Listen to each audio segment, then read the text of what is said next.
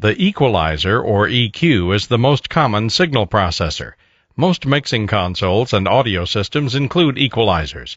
Equalizers consist of filters and frequency-specific amplifiers that boost or attenuate particular frequency bands. They are used to modify the tonal and timbral properties of an audio signal. An audio filter is a circuit that allows only certain bands of frequencies to pass through. Filters are different from equalizers in that they are passive and only attenuate the audio signal. Types of filters include peaking, shelving, high pass, low pass, and band pass. A common misconception about equalization is that it is solely used to correct tonal imbalances in the signal.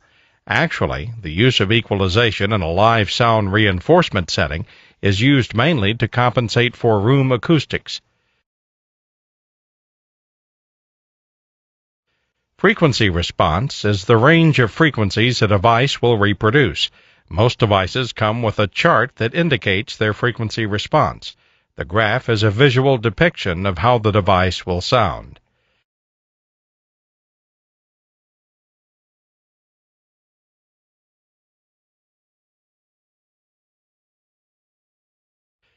Equalizers focus on the modification of the frequencies between 20 Hz and 20 kHz, the range of human hearing. Most humans cannot hear frequencies above 16 kHz. However, most equalizers extend out to 20 kHz. The audio frequency band is generally divided into three sections: low, middle, and high frequencies. Low frequencies are identified by bass and percussive response. They add thump or punch to a sound. Low frequencies are between 20 Hz to 300 Hz.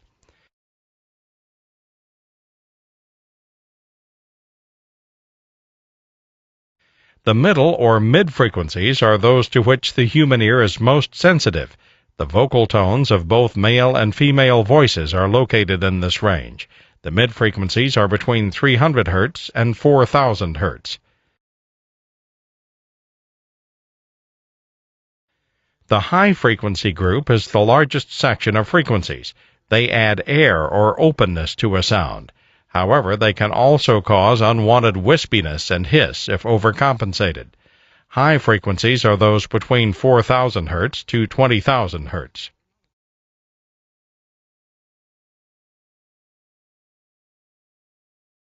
There are two main types of equalizers, peaking and shelving. From these two types, we have derived several variations.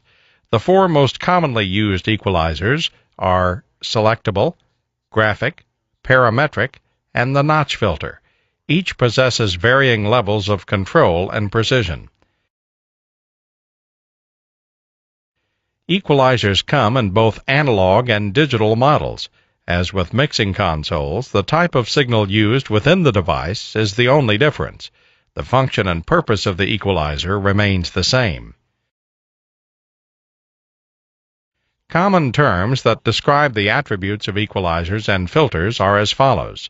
Center frequency, the point on the frequency spectrum where boost or attenuation is applied. Corner frequency, the frequency where a shelving filter or shelving EQ begins to attenuate or boost.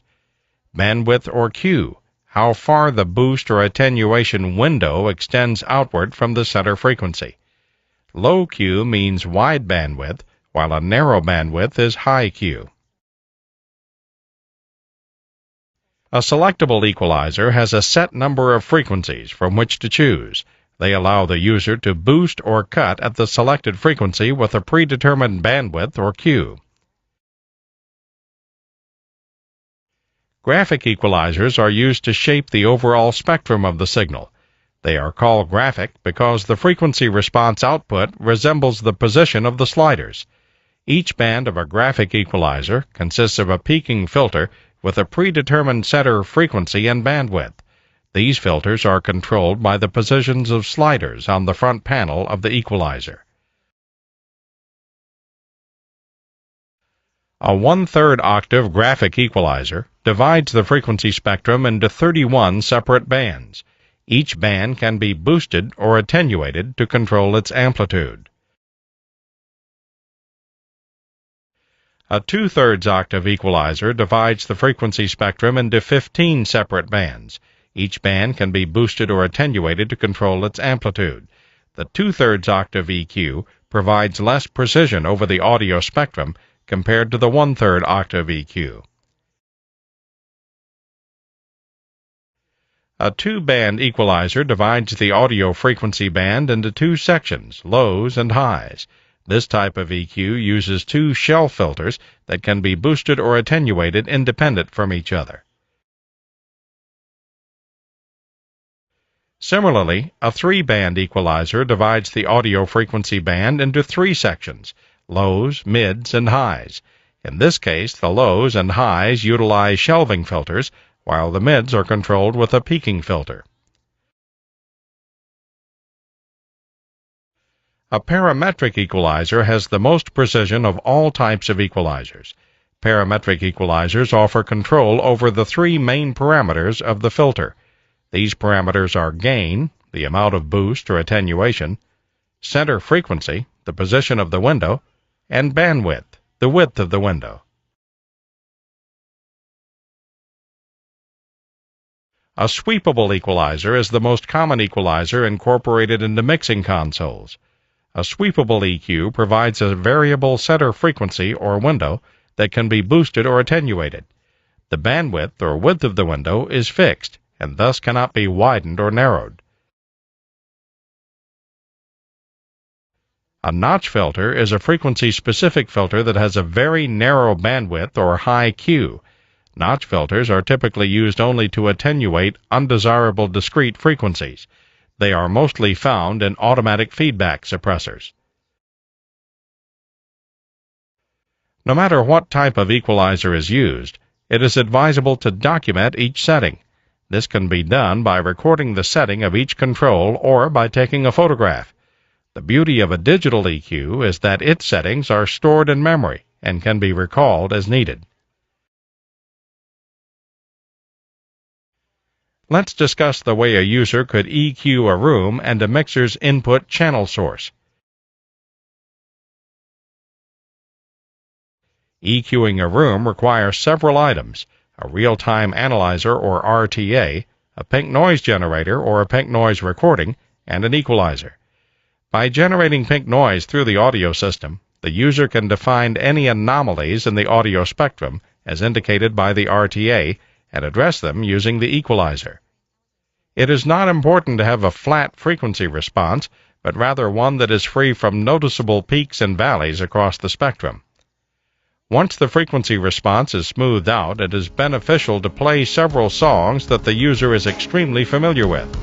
By doing so, the audio system can be further adjusted to the user's preferences based on the nuances of the music.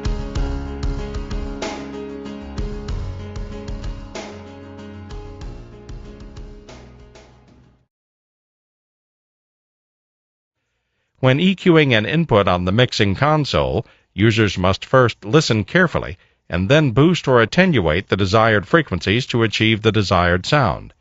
Many different effects can be produced by modifying the EQ settings.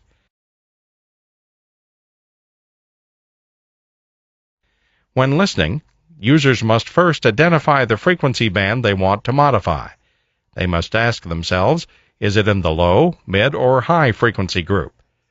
Second, users should narrow their focus to a specific frequency range within the group. Perhaps they're working on a kick drum and want more snap. They would be working in the mid-frequency group and could then narrow down to a frequency range of 2 to 3 kHz. Finally, users pinpoint the center frequency they would like to boost, in this case 2500 Hz. They can boost 2500 Hz to get more snap out of the kick drum.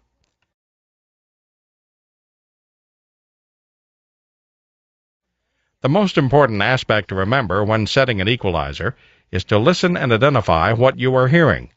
Although there are scientific elements involved, equalizing is an art. The rule is to listen and then associate what you are hearing with frequency.